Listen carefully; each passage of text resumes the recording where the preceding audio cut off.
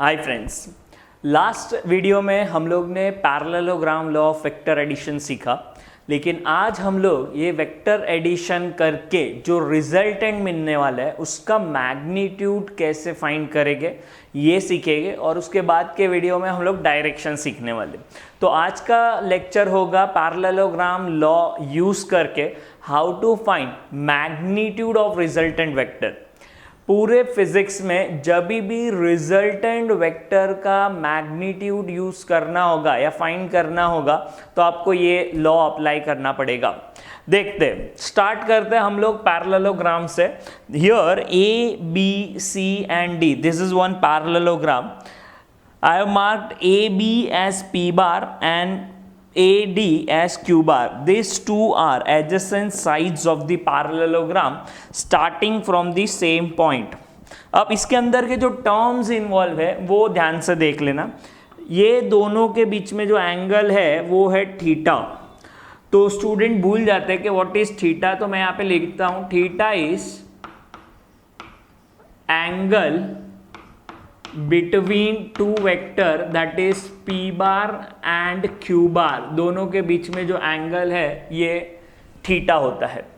इन दोनों का अगर रिजल्टेंट ड्रॉ करना है तो it is diagonal of the parallelogram starting from the same point. तो this is diagonal of the parallelogram starting from the same point.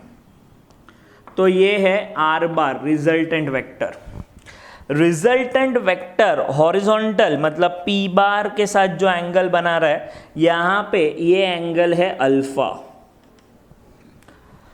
तो अल्फा के बारे में तो हम लोग बाद में बात करेंगे, थीटा इंपॉर्टेंट है फिलहाल। तो अल्फा इज अ डायरेक्शन। कैसे होता है डायरेक्शन? तो जैसे जैसे ये एंगल इंक्लिनेशन चेंज होगा ये आर का डायरेक्शन भी चेंज होगा, ऊपर जाएगा नीचे जाएगा। तो आर का डायरेक्शन ये अल्फा डिसाइड करेगा। तो जब हम लोग डायरेक्शन फाइंड करने बोलेंगे तो अल्फा फाइंड करेंगे। फिलहाल हम लोग डायरेक्शन नहीं मैग्नीट्यूड की बात कर रहे हैं। डेरिवेशन स्टार्ट करने से पहले कुछ टर्म्स मैं बता देता हूं। जब मैं लिखूंगा only A B, that means I am talking about magnitude of this vector P. तो ए बी का मतलब पी, नॉट पी बार, उसका मैग्नीट्यूड।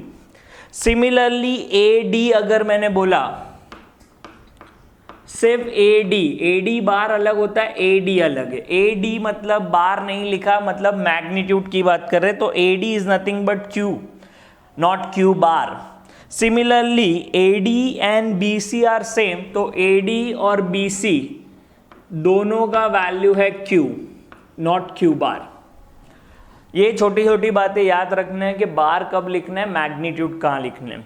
हम लोग फिलहाल मैग्नीट्यूड की बात कर रहे हैं, इसके लिए बार कहीं पे भी नहीं है, सब जगह पे वैल्यू है, that is P and Q value. Okay, derivation के पहले कुछ ज्योमेट्री कर लेते हैं। सी से ए बी पे एक परपेंडिकुलर ड्रॉप करना है। तो उसके लिए यहाँ से सी से मैंने परपेंडिकुलर ड्रॉप किया, इसको एक्सटेंड कर लिया। Let's say this point is E and here it is 90 degree. तो दो राइट एंगल ट्राइंगल दिख रहे AEC एंड BEC। ये दोनों राइट एंगल ट्राइंगल में हम लोग पाइथागोरस थ्योरम अप्लाई करेंगे। वो अप्लाई करेंगे उसके पहले ये थीटा, यहाँ पे थीटा है तो ये करस्पॉन्डिंग एंगल बनेगा, तो ये भी थीटा ही होगा। नाउ स्टार्ट करते हैं। इन ट्राइंगल, बड़े वाले ट्राइंगल या छोटे वाले कोई भी एक स्टार्ट करेंगे AEC। यहाँ से AEC पाइथागोरस थ्योरम अप्लाई करेंगे। तो पाइथागोरस थ्योरम बोलता है AC का स्क्वायर दैट इज हाइपोटेनियस का square is equal to sides का square that is AE square plus CE square. ये पाइथागोरस थ्योरम अप्लाई किया मैंने। But if you observe AE is made up of AB plus BE। तो हम लोग यहाँ पे AE को लिख दिया AB plus BE the whole square plus CE the whole square. A B plus B मिला के ए ई बनेगा। अब यहाँ पे आपको अप्लाई करना है A plus B the whole square का फॉर्मूला। तो a plus B the whole square क्या बोलता है, तो A square plus 2ab into B E plus B E square, इसका मैंने a plus B the whole square का फॉर्मूला अप्लाई किया है, A square plus 2ab plus B square plus C square जो पीछे है C E square. This is my equation number 1। ये बड़े वाले ट्राइंगल को कंसिडर किया। अब छोटे वाले ट्राइंगल में लेते हैं triangle B E C and will apply Pythagoras theorem. तो B E square plus C E square is equal to, इसका हाइपोटेनियस है बी सी, तो यहां पे आ गया B C square. This is my equation number 2। अब इक्वेशन 1 में देखो B E square plus C E square, ये रहा B square plus C square which is nothing but B C square.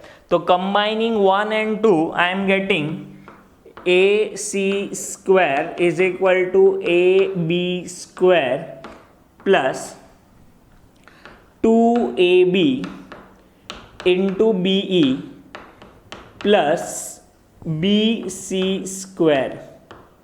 This is equation number 3 combining 1 and 2। B square plus C square को हम लोग ने B C square से replace कर दिया।